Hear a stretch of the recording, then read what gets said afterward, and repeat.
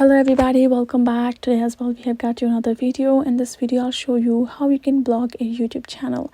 But before that, please do make sure to like our video, subscribe our channel, and yes, without any further delay, let's get into it. So for that, go ahead, access your particular YouTube app on your mobile phone first.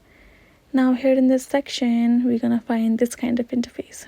So let's say we have a account which we would like to simply block or remove. Now what we're gonna do is tap on this three dot icon on top first and tap on this hide user from my channel.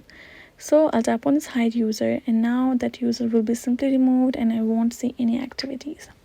Other thing that I can do is cancel this, can go back and tap on this three dot icon beside the video, below the video, and tap on this option of not interested and don't recommend channel.